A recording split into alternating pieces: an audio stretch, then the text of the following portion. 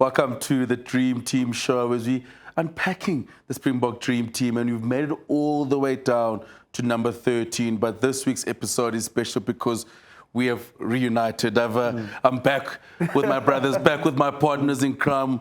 We lost each other there for about 2 weeks. Leila held down the fort, and then I went to Paris. And it's good to see you, Ricky. I mean, Juicy J official. I went to France. It was Juicy J. Came back. Now he's Juicy J official. Ricky's staying in Joburg now. He flies back. So much has happened since I left you, since we've been sort of separated. So much has happened that we had to move the show from a Wednesday to a Thursday because Kooks was late. So that's why we apologize that it's not your regular Wednesday tune-in. Kooks, France, good? Very good. I've just sort of recovered from the jet lag. Okay, so France is obviously an hour ahead, hence why I was late. In my time, I thought it was 1 p.m. Come on. So yeah, I mean, adjusting to the jet lag, and also Juicy, Ricky, my partner, was holding me accountable as well over there, making sure that very concerned. I was eating way too many pastries. Ricky said, "You are still training. You are still an athlete." And then I deleted that comment, and then I corrected my life. Isn't that why I didn't get a response on Yes, because Paris Kooks is not an athlete, only when I'm back. Fair enough. Okay. Also, you guys were communicating. He commented on my post. Ricky commented on my post. No one calls me. No one communicates with me, but you guys were doing and you left me here alone. No, we told you because you changed your handle from Juicy J to Juicy J official. And the amount of drama you causing on the streets with people claiming to be your partner. So that's why we choose who we hang with. He's been causing chaos here in South Africa. Juicy, I want you to walk me through two things. The chaos you've been causing here, people in the streets, Juicy J, my partner. And number two, when we come to work, Rick and I dress ourselves at home in front of the mirror. People are delivering kits to you, like outside. Kooks, I've been telling you guys this. You understand? I've been juicy. You understand? Okay. So that juice, it's all over the place. It's translated all different areas. Yes. Do you understand? It's only now that you guys starting to actually believe and see. But hey, there's something juicy about this guy. I don't just call myself Juicy J for nothing. You understand? The thing is, juicy now, Ricks, when you walk around the street now, people don't say it's Kooks or Ricky. It's, you this guy's with the Juicy J. Juicy J. That's who we are now. That is who we are. Affiliated with you now. Talk to me. What does today's with that snap finger famous? You that guy with Juicy. That Dream Team Juicy J. Talk to me, I'll make you famous. Even like Sia, when you later FaceTime Sia, everyone was going, oh, my word, Sia called into the show the Juicy J's, or not 100 caps, no. Not the Bog Dream Team. Not Dream Team. The biggest thing Sia could have done in his career was be in the same show the same time as Juicy J was on. Combos are communicating together. But guys, we do have to do some We have a job to do. We have a job to do, yeah. I mean, the people are voting for the Dream Team and they voted. We've gone on number 12, Jean de Villiers, JDV. Big shift that Hanyani Shimangi put on there. Got paid double to make sure that he punts Jean de Villiers, and it came through. Yeah. Jean de Villiers did win in the Dream Team, coming in at 12. Were you shocked? I mean, it's a big fight. Him didn't came second. Listen, I was a bit shocked, because I voted, for Damien Dalendi. So you lost again? Yeah, hey, lost again. Did you give up? I cannot give up. I cannot give You're up. running out of positions. I have to go with my gut. I think I did the same thing in number 11. I also lost as well. Yeah, I need to lose. But anyway. You got directs? Yeah, I mean, yeah. Passion. Passion. Hey, directs. Passion. Also, same thing with number 12 jersey. I feel like, there's been a heated debate online as well. It's not just me, I mean, both quality players, but there's something about that, Damien Dalendi that, sparks it for me, especially at 12, his elusive power. And when, sort of like when he transitioned to being someone that was very good at now, so like distributing the board as well, he added so much into his game and still doing it, World Cup after World Cup as well. Yeah, I got the people voted with. It's fine. And Rix, with Jean de Villiers, last week we talked about obviously the injuries he's had. I mean, 109 caps, and you missed about 3 years of rugby with his knees, and also the guys he went up with. Every week he was going up with no news here. Then it's Matt Guido. Then it's Gordon Darcy. Do you know what I mean? Then it's Mike Cat, and then it's Mike Tyndall. So he was in a stacked era. I mean, Dukes is as well. But I mean, not surprised to see JDV and getting his love. I think maybe some people see him now and obviously on the shows and on TV. It's glad that people still remember how good JDV was. Yeah. No, absolutely phenomenal. I think JDV was sort of the point in the team that everything turned around. I mean, he had vision. That's why he was a leader for so long. Still till today doesn't live down the Japan loss, but we won't go there, which was very tough for him as well. But I think all in all, Jean de Villiers, a real legend, well deserved, and yeah, I'll never forget. When I was 19 years old at Province, he actually made fun of me because I couldn't bench press 120, and then I told him, and he said it loud in front of everyone, and like saying, "Rick, can you do this?" I'm like, I have in the past, like, het al 120 gebench. He's like, het al. So I must not get him back for that. I think that's why I cast my vote there by Dukes' name. But yeah, but JDV, what a man. What a man, what a player. Now we're going to go to, number 13, and we want to spend some time talking about the 13s, and we want you guys to get your votes in, scan the QR code. But before I go to the nominees, number 13 is such a nuanced position, you see. They say it's the hardest position to defend in the backline because of all the space you have for your winger. For you, Juicy, what are the big differences between 12 and 13? I think for me, the major one, it has to be like someone that's very able to, read the game, and also not just only on attack, but also on defense. The timing in which you set out, so like, deep you are giving yourself time to the ball because you kind of release your wingers, depending on also which 12 you're playing with, how you're able to adjust. I think is probably that other second eye, from the fly off that sort of like scans and looks, okay, listen, this is where we can, capitalize and being able to also attack those spaces.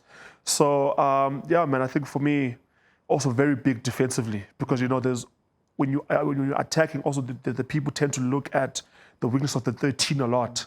So if the 13 is very weak on the D, it makes it very easy, for a very strong attacking team to capitalize on that line. And just to add on to Juicy's point, with the Springbok DNA as well, the last ball with that us closing that outside gap, it's of utmost importance that a 13 needs to communicate. There has to be clear instruction what will be done on defense. So I think it's going to be a very interesting debate on who will walk away with our Bok dream team number 13. What's interesting, Rick, about all our nominees is they've spent some time on the wing and then moved to 13. We see it now with Kenny Moody. He's not a nominee, but he's at 13 now. He's playing like he's a nominee.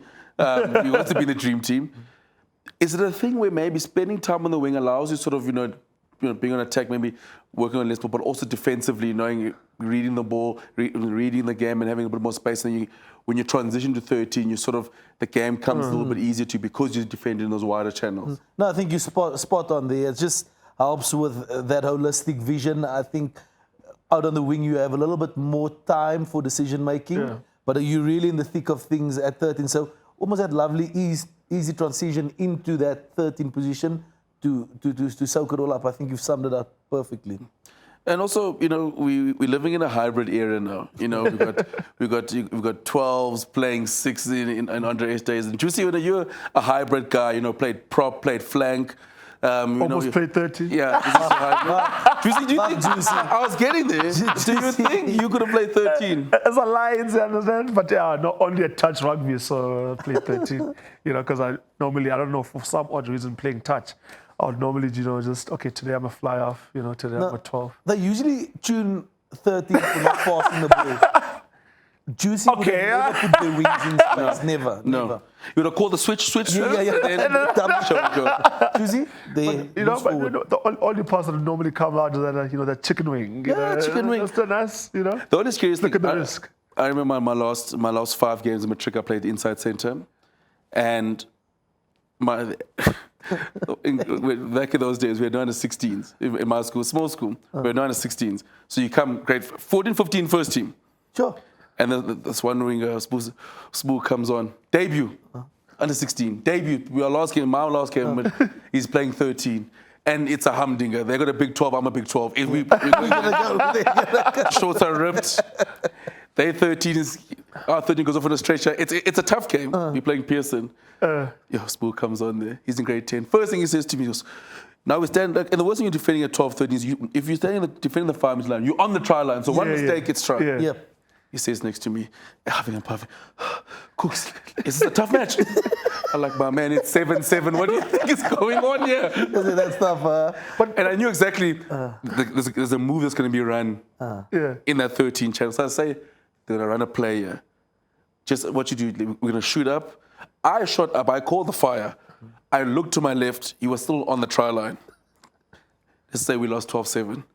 I'm not going to say, I'm not blaming you, but we lost 12-7. 12-7. It's 15 years later, I hold no grudges. You want to get it off your chest? You want to speak more? Get dedicated. No, but then why am I downplaying myself? Because I did play 12 once. Heritage Day. So if you've been like to the Eastern Cape, there's this tournament they host every. But it was an Heritage month. invitational tournament. No. The problem is with those Heritage Day tournaments, if I bring the sheep, I can play so if I go and bring a sheep, I can play 10. You know what I mean? But also, the situation whereby, the guys just needed numbers. We had to build a team literally on the day. So I went there as a spectator to watch, the tournament. You know what I mean? I didn't go there to play because at that time I was still feeling myself a little bit. But they were like, guys, listen, we need players. I'm like, hey, see ya, come up. Like, I didn't have shoes on. They had to quickly find, and it was very difficult. I'm a size, size 10 at that time, size 13 now. So it's very difficult to actually find. I don't even know. Someone had to find me shorts, and I had to wear this really sweaty, wet T-shirt. I was like, I'm a 12 now. So in my head, I had to activate my no. I had to vision him and be him. Hey, what a time. Juicy. All I can say is that you've lived a life. Yes, you have indeed. Because next week when you discuss 14, he's probably playing in the wing and he's played 15. Hi, Juicy. Guys, we have to get to the nominees. I'm surprised Juicy's name's not on here of the invitation. But our nominees for number 13, we've got Lukhanyo Am, Shark Fourie, Adrian Jacobs, Jesse Kriel, Yappie Mulder, and Andre Snyman. I mean, that is a stack list. And Rick, I want to start in the 90s and early 2000s. We got Yappie Mulder, who did an incredible job in the 95 World Cup and it's slightly sort of afterwards, but hard man. I mean, he's from Springs. A man from the East Rand is a hard man. You can't scare him with No. You can't scare him with the government Auckland and John Alomu. No. When you're from Springs. He will front up to it. And I think that also not the biggest in stature, but found the space and found the little gaps to sort of beat the defensive line of the opposition. I think, and stood his ground on defense as well. Like, he never stood back. Hard man. And I think really also a youngster when he started, but really fronted up, was ready for test level from day one since he put up the Bok jersey.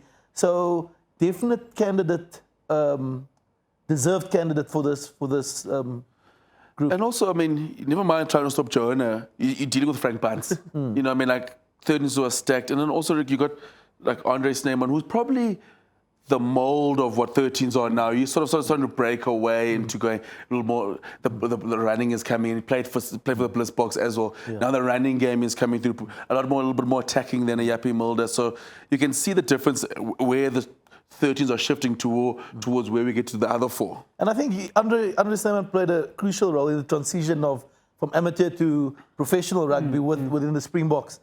But my memory of Andre Snyman is always had blood on his face. Like whenever he's like a warrior. So he wasn't scared of the physical battle. But like you mentioned, his sevens career also showed that he had the skill level. I mean, we know that you can't just run over people in sevens. So exploiting the space, definite, a fantastic outside centre as well. So good to have him in the mix as well. You see, and like you look at all these 13s, it's just different in their approach. Ayapi, Mulder, hard man, Andre Snyman, hard as on, also running a few lines. But then you look at like A.D. Jacobs was just a playmaker at 13. I mean, like runs some of the best lines you'll ever see. You got Jesse Kriel. I mean, who probably also feels like the backline version of the Universal Soldier, who's just, I mean, what he did from 23 and up, and then Lucanio, Klaas, and then Jacques Fourie. It's just there's different types of 13s that we've got in South Africa. That's why it's going to be hard to pick one. Yeah, I think definitely that's going to make it very difficult because, as you said, each guy sort of like brought something really unique and very different. Some of the guys probably worked so well with their feet. Some very powerful. They just got over guys. So I think also, as I said to you before, I think it also just depended on like the 10 and 12 they probably play with, which would probably demand them to sort of like, adjust the way that they also play as well. But yeah, man, it's going to be a cracker, Now, I mean, we know that Joe Aplon was the original Power Ranger, but can't we put A.D. Jacobs in as well with the scrum cap? I mean, he sort of also pioneered the way with the scrum cap. Backline players in the past never used to wear scrum caps, but I mean, the man wore scrum cap and sort of paved the way for all the Power Rangers before they came these neon 2.0 aura Power Rangers. He was still from the OG group, I think. No, 100%. Someone had to pave the way, and AD was there. AD. But combinations is something we spoke about with Matthew Pearce and Shimmy last week. We were talking about 12s, De Wet, Barry, and Mario Joubert, Jean de Villiers, Jacques Fourie, Damien Delendie, and Jesse Kriel. This is the other side of the combination. You look at like Jesse Kriel and Damien Delendie. They beat the record that Jean de Villiers and Jacques Fourie had. It's the 13 in that. I mean, that trust is so massive, and you can see with Damien Delendie and Jesse Kriel, it's like second nature. You have to think. Like if I know what Jesse's going to do. Yeah. I know exactly what he's thinking. He knows when I hit. He knows when I press. He knows when I want the ball. So like, you need a good quality 13 to make it a good combination. Yeah, and I think it's important. I know Jesse and Damien are very good mates as well. So I know John and Jacques also had a very good relationship. So that understanding off the field as well. Really, when the guys decide to go play golf, you partner up with your 12 and 13 in the 4-ball. Go taking on the 9s and the 10s. So, I mean, that is what it boils down to. But yes, that understanding needs to be there. It's like you said, the 13 sort of going to be the eyes for the 12. 12 being a decision maker as well of note with ball in hand. But the 13's really got to be his eyes and scan. And I think Mosi and JDV for so long had that midfield combination. They owned it. Mosi made that 13 jersey his. And that's why I'm sort of leaning towards. You guys need to convince me otherwise today as well. But I'm sort of leaning toward Mosi because Jesse Kriel, when I started playing against him, he was always a wing. We mentioned it earlier. Yeah. A wing of note because he's always had physique. I mean, Jesse's physique is phenomenal. He's still lean. I don't think he has any body fat there. No. He had one baguette maybe. But otherwise no. Nothing. But why I'm leaning towards Mosi Jacques Fourie is that the 13 jersey was really his for a very long time. Until, I mean, Jesse started moving in. We had a lot of movement with Kanan and coming in now as well. So, yeah, I have to be convinced otherwise today. Okay. Jesse, Ricky wants to debate here. See what he's trying to do. We're trying to have a nice celebrate. Ricky's like, no, let's get into it. I'm going Jacques Fourie and he's stamping it. But you talk about combinations. Ricky says that, he made that jersey his Jacques Fourie. A.D. Jacobs came and spoiled a party. How many 13s were there that played? A.D. Jacobs came and spoiled a party at a stage. Okay. 08. Okay. A.D. Jacobs was flying. Listen, I do understand that Jacques Fourie, 09, sorry, Ronan O'Gara, but got it back. Yeah.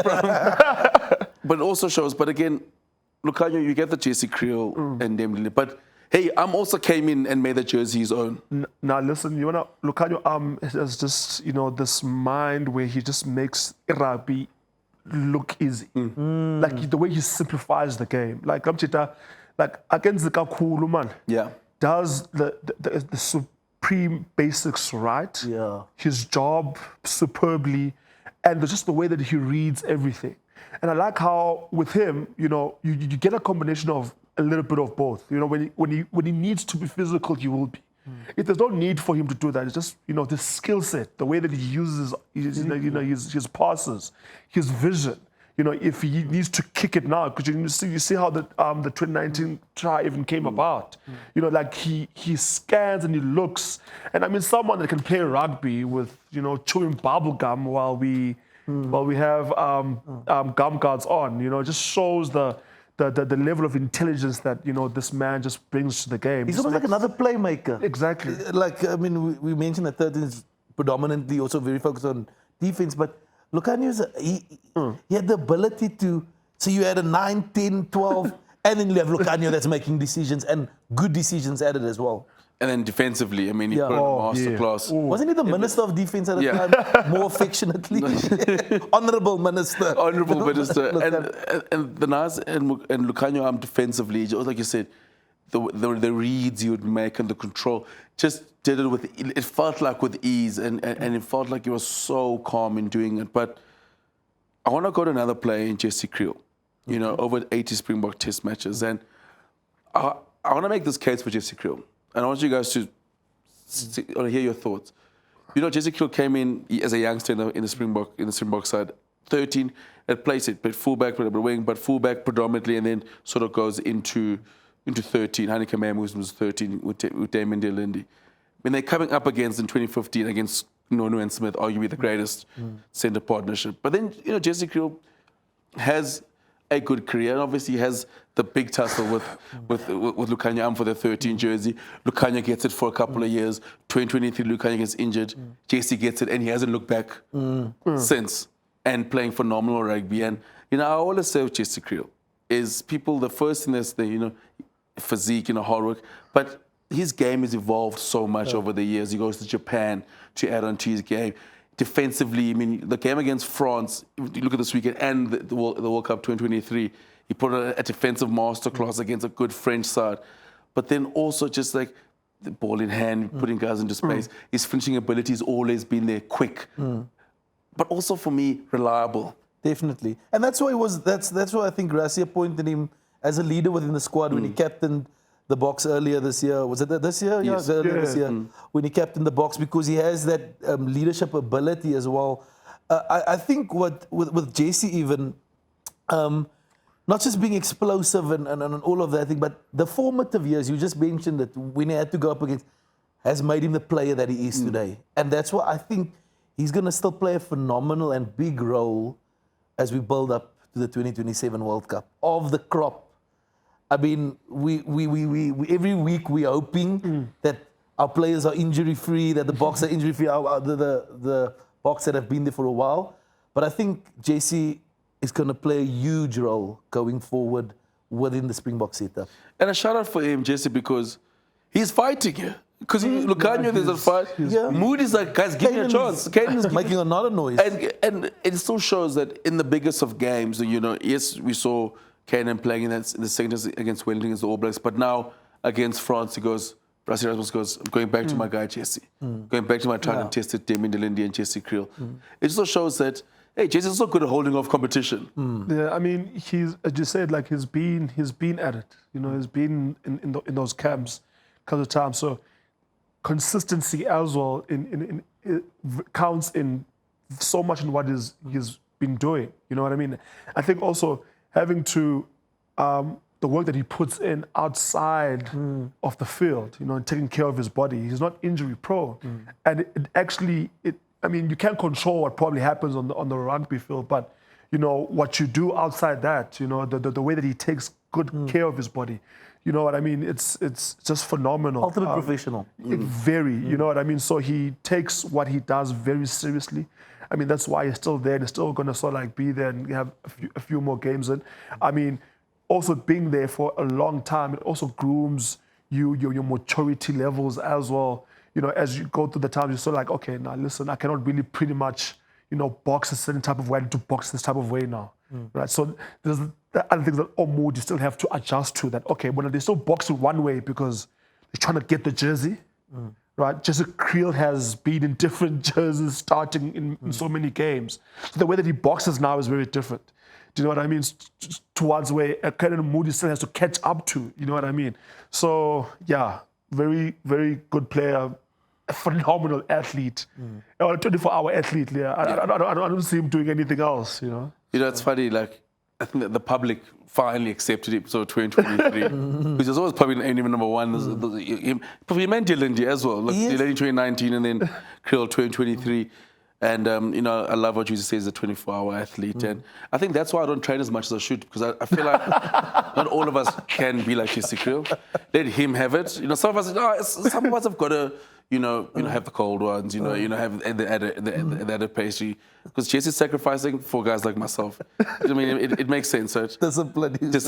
I'm disciplined in other things for Jesse. But you've got the two heights combinations with Africa. Jean de Villiers, Jacques Fourie, then Damien Lendi, Jesse Kriel. Who are you having? Which combo do you want? You can mix it up if you want, but if you have those four players, who are you having? As my Who your 12 and 13? Ricky's 12 and 13. Your Kooks is coming in hot here I'm putting up eyeballs now. I think because, and again, this is your individual dream team. I think we see on the social media people are getting very worked up about it, but it's your dream team. The fact that I sort of also played with Damien and played against Jesse, knowing what threat he poses, and Dukes, I think that will be my center combination. Damien and Jesse? And Jesse.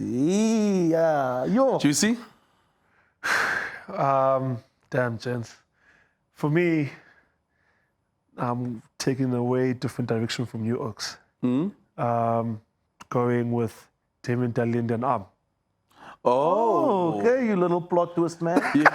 He's making his own game. No, I'm doing my own thing, because with what Damien Dalinde brings, where if from set piece play, if a 12 has to really take it up, you know what I mean? He has the power to get all those meters. But right? you see, that's the other thing. No, well, I'm not debating. You actually chose Dukes. Sorry.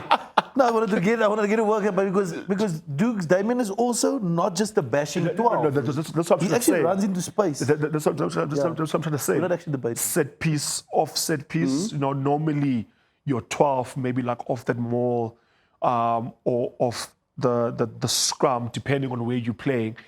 You have options, either hits it up, right, and then you allow a guy like Unantsika Ulukanyo Arm to really sort of quickly check in, check out, release the wingers. Okay. If not, still keep Damien Dalinde to sort of attract the defenders, right? Not really have it on him, so attract the defenders. Nice Damilan, Lukanyo Arm does his thing. So for me, I'm envisioning a backline where it's always just attacking. There's different options. You know what I mean? There's too much vision. There's allowing players, the wingers, to finish off tries. That's why my center pairing needs to sort of complement and stuff like that. Also with Ulukanyo Arm, that's very good at defense as well. Do you know what I mean? Shift back. Do you know what I mean? Defensively, nothing goes through. So I think for me, and I'm not saying Jesse, but Jesse for okay. But have you heard the old cliche, the commentator's cliche of there's no replacement for speed? Have you seen how quick Jesse's off the mark? Have you seen how quick Lukanyo Arm is? Well, very deceptively quick. Okay. But I think 50-meter dash, Lukanyo or Jesse? Lukanyo. Stronger. Lukanyo is quick, but Jesse moves very quick. Quick off the mark. Okay, so explosive, quick, but quick off the mark. Call Lukanyo. Call him. Okay. Maybe we got 5 eyes PA. Okay, maybe I am using a bit of my heart check, except for sorry. Okay. No, rightfully so. Maybe sorry, so. But for me, I want Dukes at 12.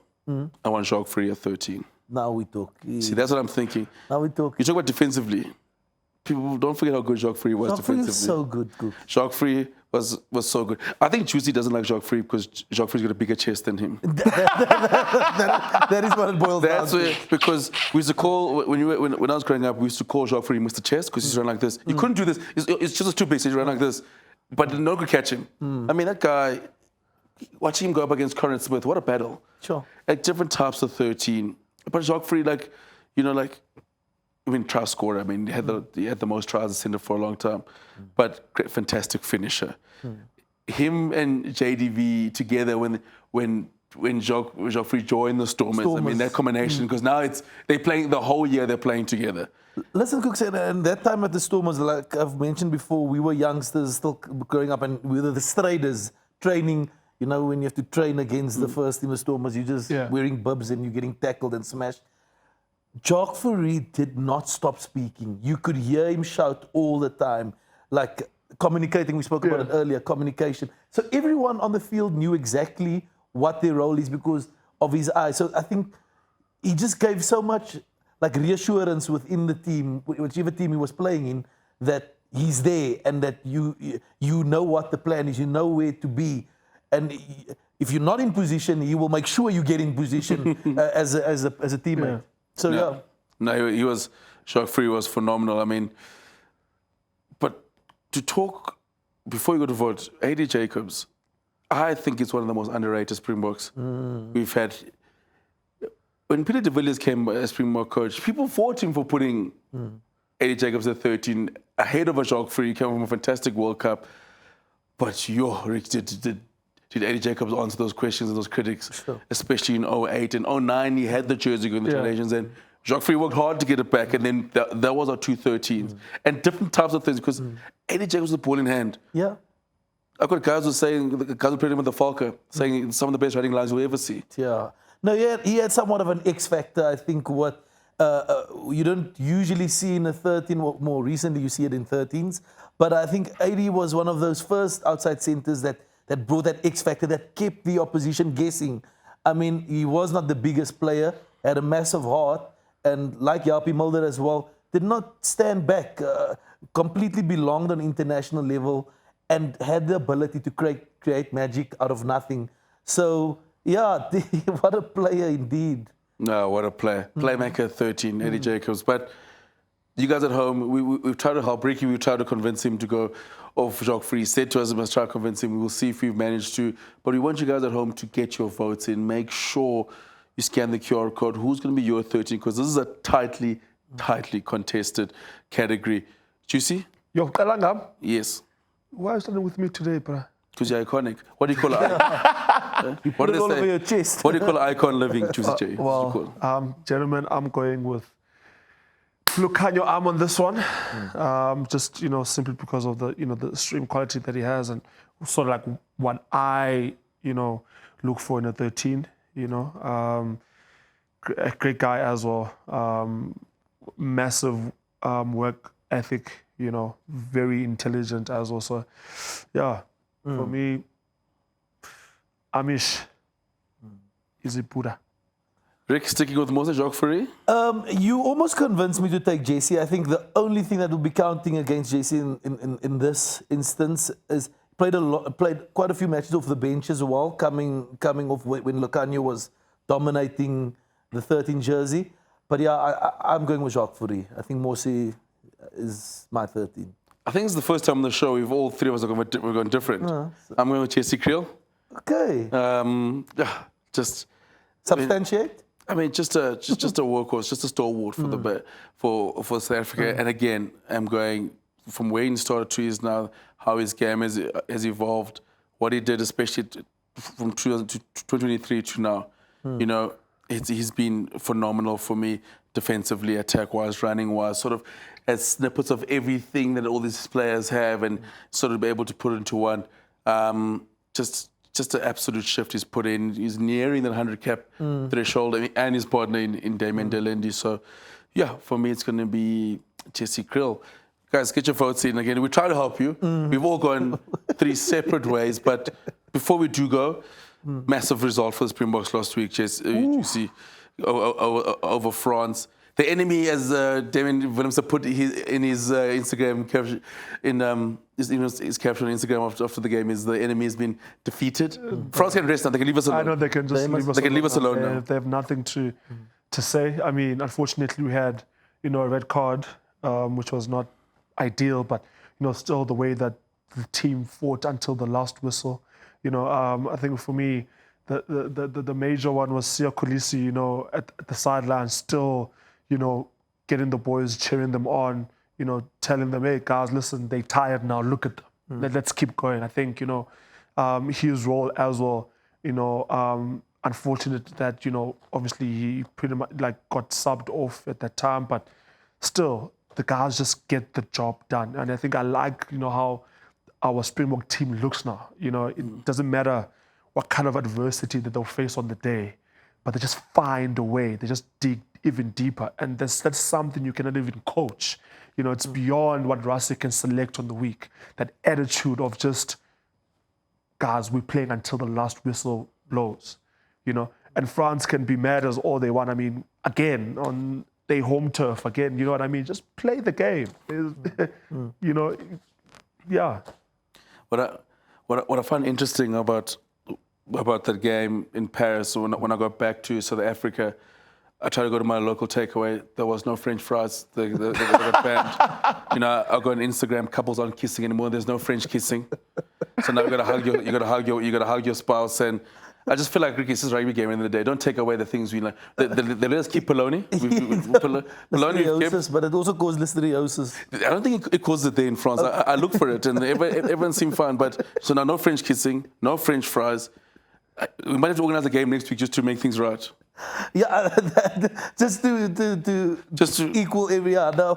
But I think this is now as solidified and put to bed.